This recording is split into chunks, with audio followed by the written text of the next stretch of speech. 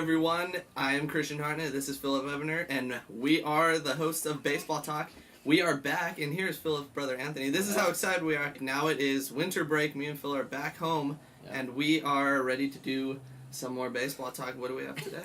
Well, today's topic is going to be a wrap-up of the postseason because we never got to do that, and then an overall wrap-up of the Angels season in general. Just see what our thoughts and views are on the whole season.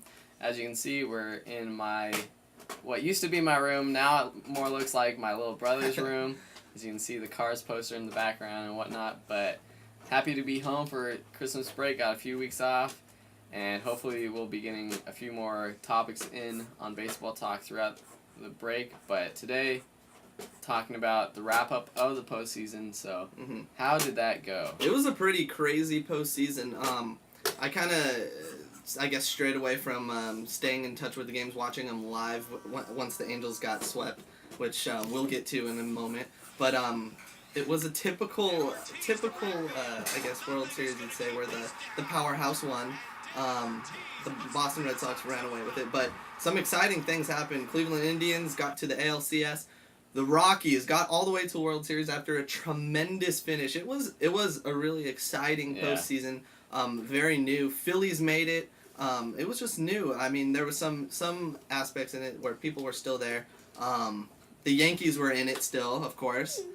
The Yankees were in it still. Padres, Angels, but we got some new teams in there, which is always exciting. And the end result wasn't too exciting with the Red Sox coming out with another win, but overall, it was a very good postseason.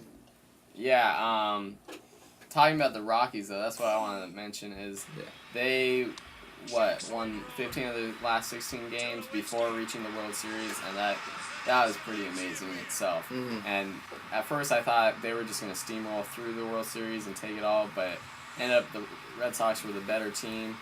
But exciting that the Rockies made it. I mean, they had never made the World Series. But Red Sox won.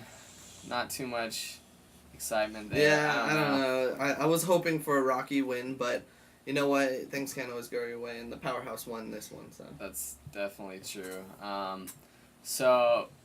And speaking about the Red Sox, they swept the Angels in the division series. So with that, how do you think the whole Angel season was as a whole? It was extremely successful. The season, I mean, everyone could complain how the end result happened, but the season overall was a huge success.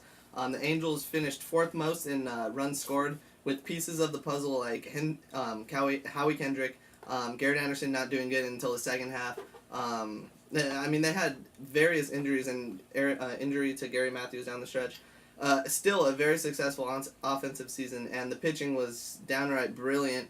Bullpen could have used work, but it was very successful. And talking about the playoffs, I mean, getting swept by the Red Sox, any team that sustained injuries like the Angels did, I mean, would have had trouble. I mean, Kochman was out. Gary Matthews was out with his knee. Howie Kendrick was out. Howie Kendrick was out, and Garrett Anderson with that freak eye. Sean Figgins was out. Sean Figgins. I mean, it was tremendous, all the blows that the Angels received. So you can't get on them too much for that. I agree that it was a successful season. I mean, if you make the playoffs, your season's a success, unless you're George Steinbrenner and you have to win the World Series. Exactly. But I think the Angels did great, but maybe it did show that the Angels might need another bat for next season. Even though they had all the injuries, you can't say that you're not going to have it. What I'm trying to say is, if they hadn't had any injuries throughout the season, they would have done a lot better. Right. But since you have to think ahead and know that there are going to be a few injuries, maybe another bat would help. And so I know Artie Moreno is looking towards the future for next season, hoping to get a few more big bats or big members for the Angels. So. And if you want, just really quick, just talking about the new acquisition of John Garland and Torri Hunter, do you think good things are going to come to the Angels next year with those? Oh, yeah. I mean, Torri Hunter is a guy that hit 29 home runs last season, and he's averaged about 29 or 30 the past 5 or 6 seasons. Vlad Guerrero hit 27 home runs last year. Yeah. So Torri Hunter hit more home runs than the power hitter of the Angels. So Vlad Guerrero is definitely going to be the number one All-Star on the Angels next season. But Torri Hunter, one of the best center fielders, if not the best center fielder in the game right now, adding to a pretty vibrant offense, young offense that is keep getting better. I think it's going to be good. And then John Garland, that was surprising because Orlando Cabrera, he was finally filling in the role of the shortstop and the team leader that the Angels needed. Mm-hmm.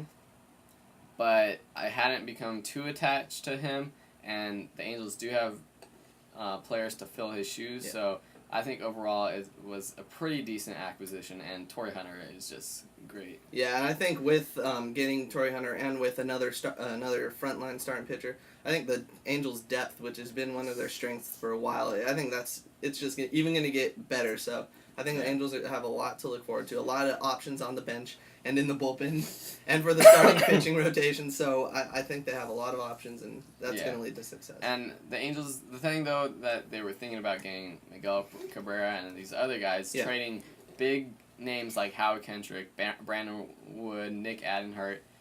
If they trade these players, they're trading away the players that they said 3 years ago that they can't wait for 4 years because these guys are going to be the stars of the team. So I'm glad that so far they haven't traded any of those key young players that have been their top prospects for the past 3, 4, 5 years. Yeah. So, I mean, the next couple years is going to be when the Brandon Woods and Howie Kendricks become the all-stars that the Angels have thought they would become for the past decade. So I think the future is very bright for the Angels. Yeah, I think sticking to their decision to retain their minor leaguers was a good choice. Because, like you said, they could have done it all the other times that people wanted them to, but they didn't. And if they would have let it go at the last moment, I think it would have been disappointment. And these guys definitely are top-of-the-line players, so Angels have a good future. Definitely a good future. Definitely.